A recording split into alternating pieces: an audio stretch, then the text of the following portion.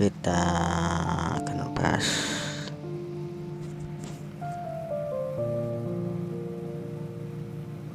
Terrain teori versus teori kuman.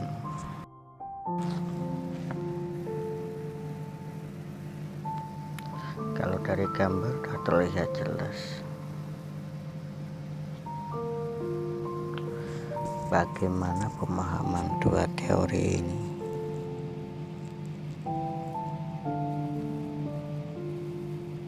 Mari kita lihat bedanya apa antara teori kuman dan teori medan.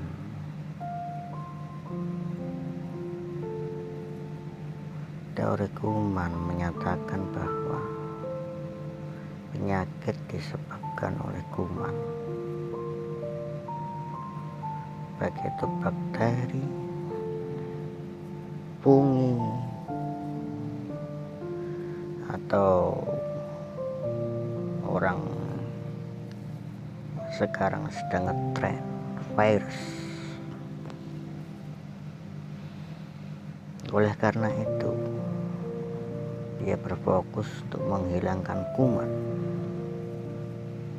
karena dalam anggapannya penyakit disebabkan oleh kuman. Berbeda dengan teori kuman, terrain teori menyatakan bahwa penyakit itu diakibatkan karena ketidakseimbangan tubuh atau toksisitas berlebih, tubuh kebanyakan racun. Dan oleh karena itu maka fokus penyembuhan dalam terrain teori yaitu bagaimana kita menyeimbangkan tubuh kembali.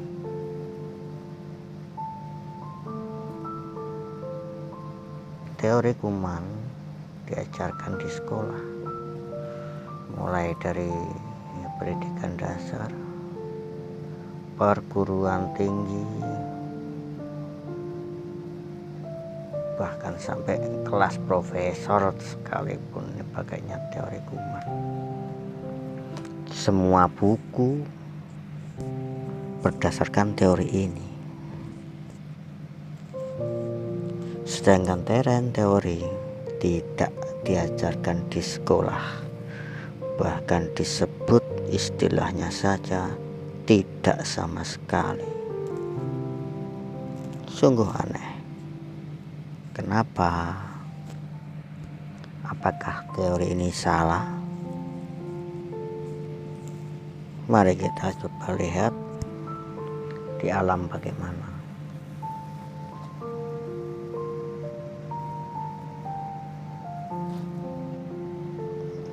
Kita bisa baca sampah mengundang lalat atau lalat yang menyebabkan adanya sampah. Amonia menyebabkan bakteri nitrifikasi tumbuh atau bakteri nitrifikasi yang menyebabkan amonia.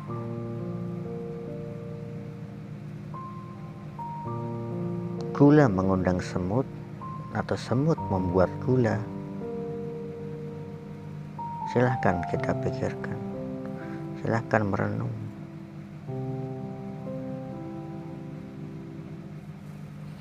Di alam begitu adanya.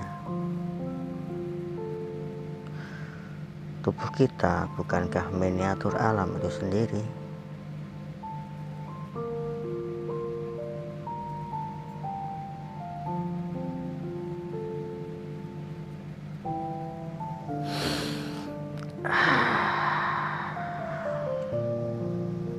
Lanjut. Kenapa penting sih ini dibahas? Karena konsep yang salah menyebabkan penanganan yang salah. Selama ini apa yang kita lakukan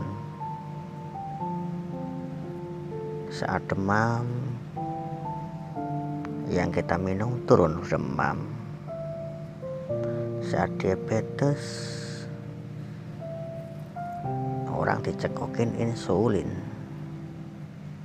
karena dalam anggapannya insulin dapat menurunkan kadar gula dalam darah. Benar, tapi dia tidak menyelesaikan masalahnya. Apa yang menyebabkan gula darah seseorang itu tinggi? Insulin tidak bisa menyelesaikan itu. Gula darah terus diproduksi terus.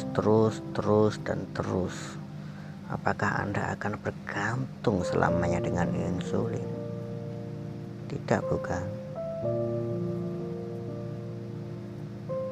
Sama juga dengan orang yang hipertensi, darah tinggi. Mereka meminum pengencer darah untuk melancarkan darahnya, menurunkan tekanannya. Tapi apakah berhasil? Sementara mungkin iya,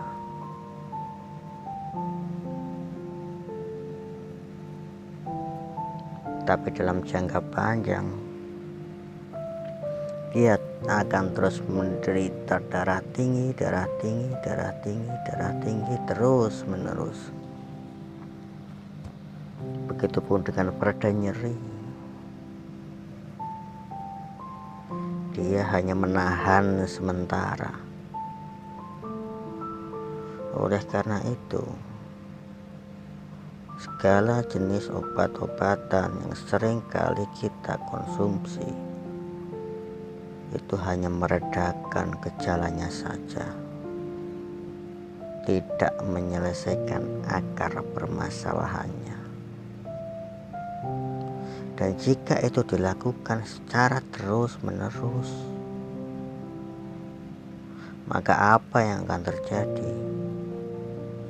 Alarm-alarm tubuh kita tidak lagi berfungsi. Gejala seperti demam, gula darah naik, tekanan darah tinggi,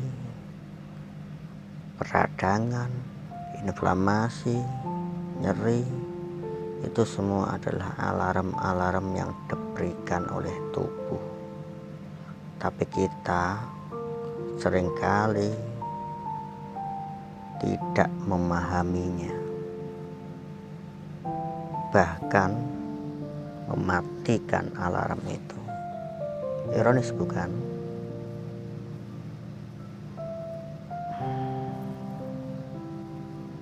Lalu apa yang menyebabkan tubuh menjadi sakit?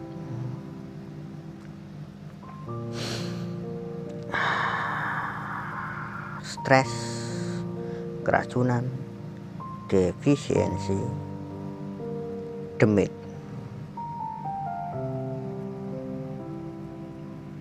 Ini kalau mau dicari referensinya mungkin nggak ada. Ini menurut gue lo ya. Yang gue cari berdasarkan terrain teori. Kita bahas di stres.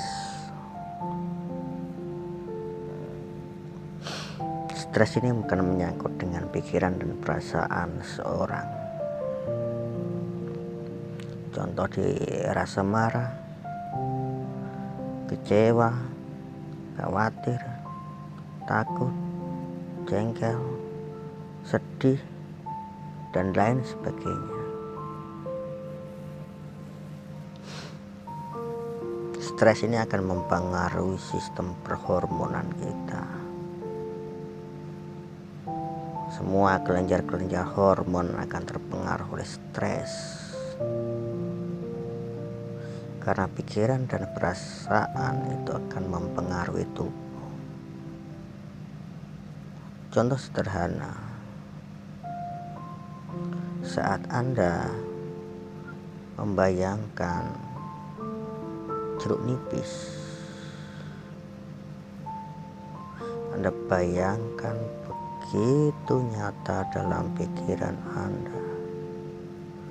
Lalu Anda ambil pisau di dalam pikiran Anda, iris jeruk nipis tersebut. Bayangkan airnya keluar. Sudah? Apa respon tubuh Anda? Air liur keluar, bukan?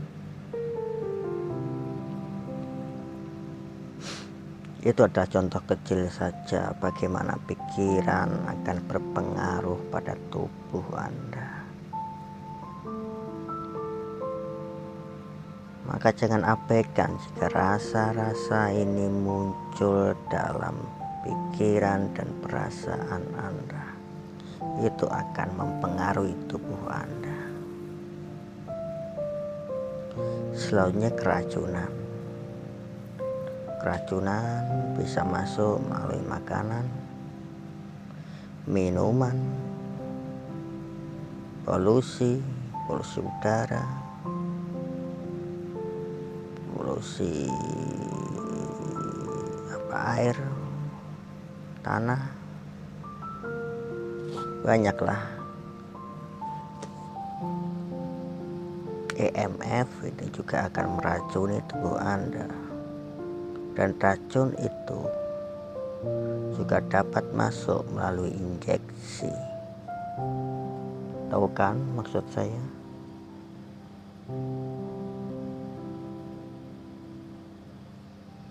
Defisiensi ini adalah bahan dasar yang diperlukan oleh tubuh. Ini lebih kepada nutrisi yang kita makan.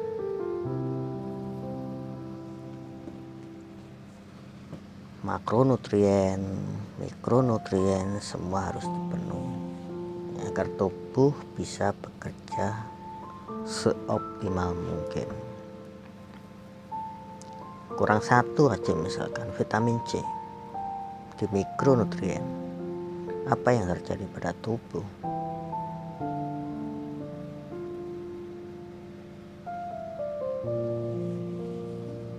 Imun sistem menurun, bukan? Maka defisiensi merupakan salah satu faktor yang menyebabkan tubuh sakit.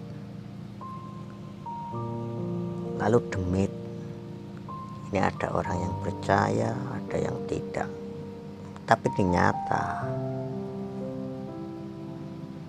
Ketempelan, santet, itu adalah fenomena yang ada di masyarakat kita.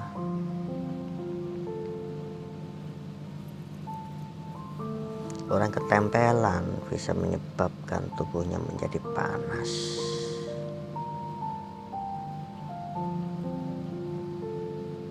Tubuh pasti akan merespon. Begitupun santet, ini lebih parah daripada ketempelan.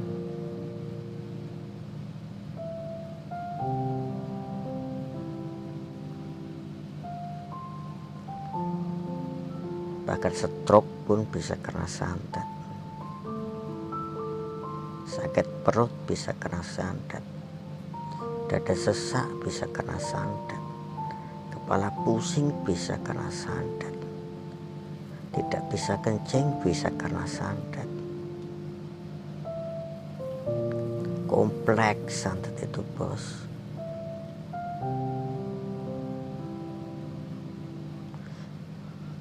Dan karena kita terdiri dari tubuh, jiwa, dan ruh, maka salah satu dari 3 unsur tersebut jika bermasalah, maka tubuh pun juga akan bermasalah.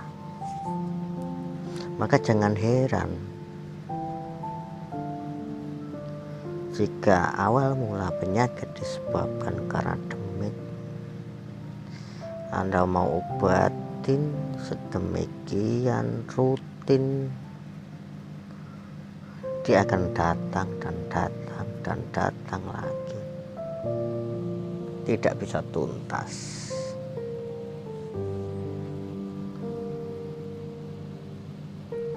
Repot, bukan? maka diagnosa itu penting. Oke, lanjut. Kamu pakai teori yang mana? Teori Kuman atau Terran teori? Itu terserah kamu sajalah. Antoine Beckham ini yang mempopulerkan Terran teori, sedangkan Louis Pasteur ini yang mempopulerkan teori Kuman. Ingat, yang satu diajarkan di sekolah dan yang satu tidak. Maka Anda harus mencari sendiri bagaimana itu Terran teori, pemahamannya dan penerapannya.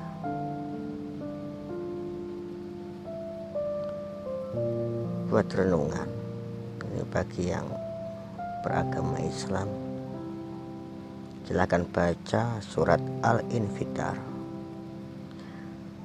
ayat 6-8. Coba fokus di ayat ke-7. Fokuslah di kata seimbang. Seimbang.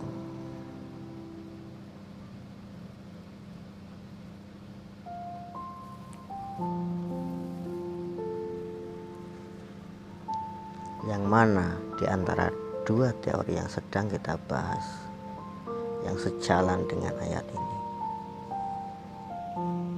Silahkan berpikir.